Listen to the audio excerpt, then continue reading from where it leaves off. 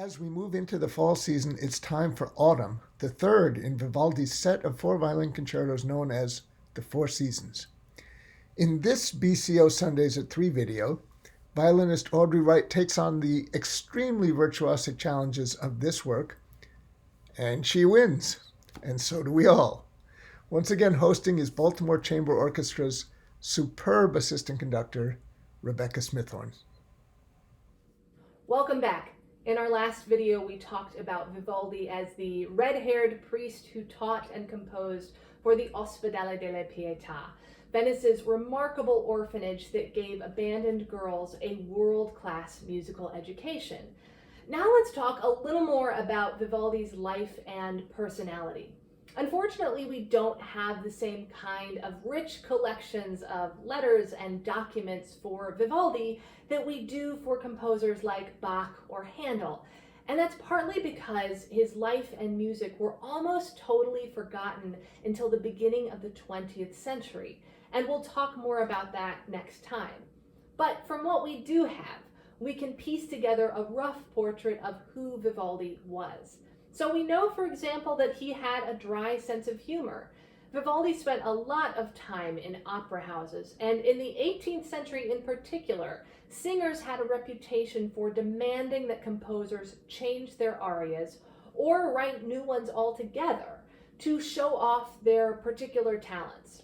At the top of one revised score, Vivaldi scribbled a note, presumably to the singer, that says, "If you don't like this, I'll stop writing music." An 18th century mic drop. Amazing. And just like he didn't have much interest in presiding over Mass, he didn't seem to live an especially austere lifestyle either. One of his patrons writes, "After supper, I received a visit from Vivaldi, having several times sent an invitation to his house when discussing some concerto grossi which I wished to order from him, and also having a few bottles of wine fetched for him, knowing that he was a cleric." Venetian clergy apparently had a reputation for enjoying a good bottle of wine. And then there were the Giraud sisters. Anna Giraud moved to Venice as a child to study singing. She was 8 or 10 years old when she arrived, and her half-sister, who was in her late 20s, was her guardian. Vivaldi would have been around 40 years old when he first met little Anna, and she became one of his favorite students. When her studies were finished, he started casting her in his operas, and that meant that he and both Giraud sisters were traveling together. And he says that they became his companions. They obviously had a close relationship, and they helped him manage his illness while he was on these very long journeys. And while Vivaldi may have boosted Anna's career at the beginning, soon it was the other way around. She became famous, and having her as prima donna became essential to selling tickets. Now, every indication is that the three of them did have a platonic relationship. But a priest traveling with two women, one of them 30 years younger than him, it raised some eyebrows. Most notably the bushy eyebrows of Tommaso Ruffo, the Cardinal of Ferrara, who was a pretty uptight guy in general.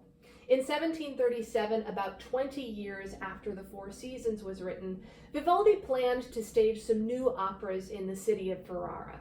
Cast, crew, orchestra, dancers were all hired, the contracts were signed, and then Cardinal Ruffo refused to let Vivaldi enter the city because he was a priest who hadn't celebrated Mass in over 30 years, and he was always seen with two young, unmarried women. So Vivaldi wrote panicked letters to his patron in Ferrara, begging him to intervene with the cardinal.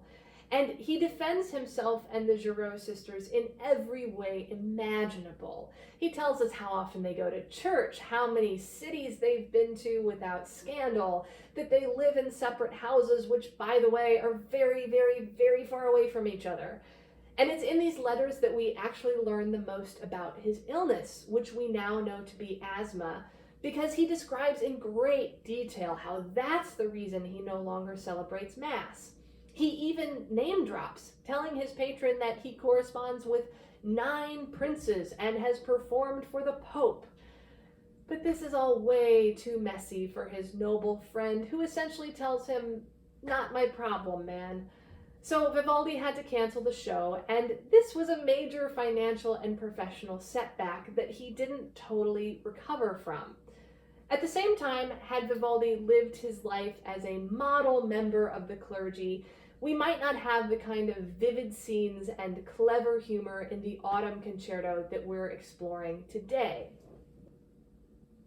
Because fall is harvest time, and harvest time is party time.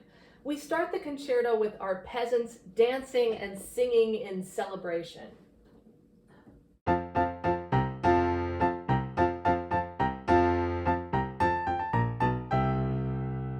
But this isn't any old harvest, it's wine harvest. And our celebration quickly gets a little sloppy. Vivaldi is weirdly specific in describing these inebriated villagers. In addition to the poem, which tells us that the celebration is fueled by the liquor of Bacchus, he first designates the soloist as the drunkard, and later labels the orchestra as the drunkards. In other words, we have a single drunk quickly joined by a crowd of drunks. Isn't that always the way? And the music changes from that toe-tapping, wholesome tune you heard at the beginning to stuff that is pretty off the wall. So take this passage where you can kind of hear our hammered crowd staggering down the street.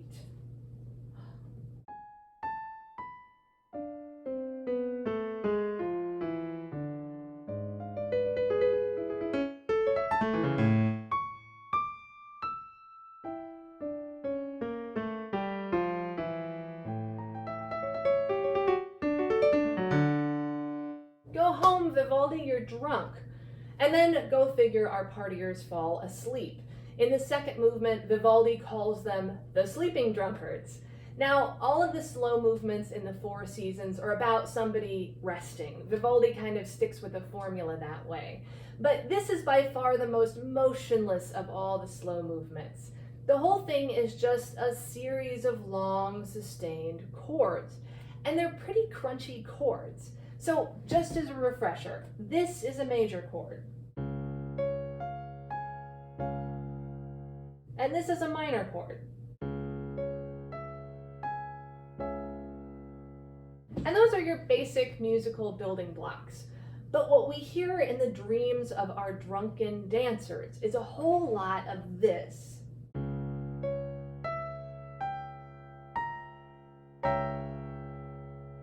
And that's what we call diminished chords. And it's about the weirdest kind of harmony you'll ever get from Vivaldi.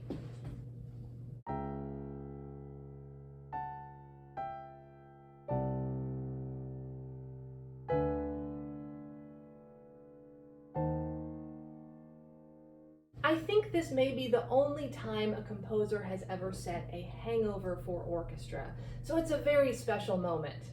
In the last movement, we have a hunt. After all, we have all this liquor, we may as well have some fresh meat to go with it. We start with our hunting horns.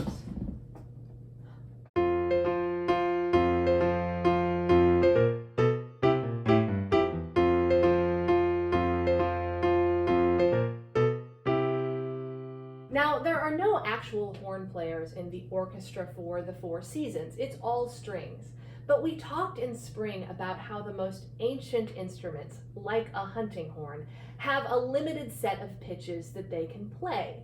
And one of them is this hollow interval of a fifth. It's one of the oldest musical patterns around. So even though it's played on violin, Vivaldi's listeners would have immediately recognized it as the tune of a horn. So the orchestra plays the hunters and the soloist plays the hunted animal, which frankly is how some soloists feel anyway. It's the reason the poor things bite. Always wear gloves when handling orchestral soloists or you will regret it. Anyway, our hunters have what we call dotted rhythms. In other words, ta, ta, ta, ta, ta, ta, ta. It sounds kind of buttoned up. You often hear it in things like marches or in these fox and hound hunting tunes. Our animal, on the other hand, has triple rhythms. So 1, 2, 3, 1, 2, 3, 1, 2, 3.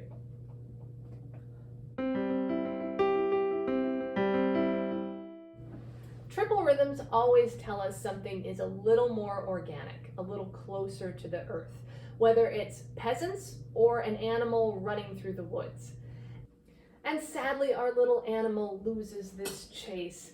It makes a few last efforts, gets tired, slows down, and dies.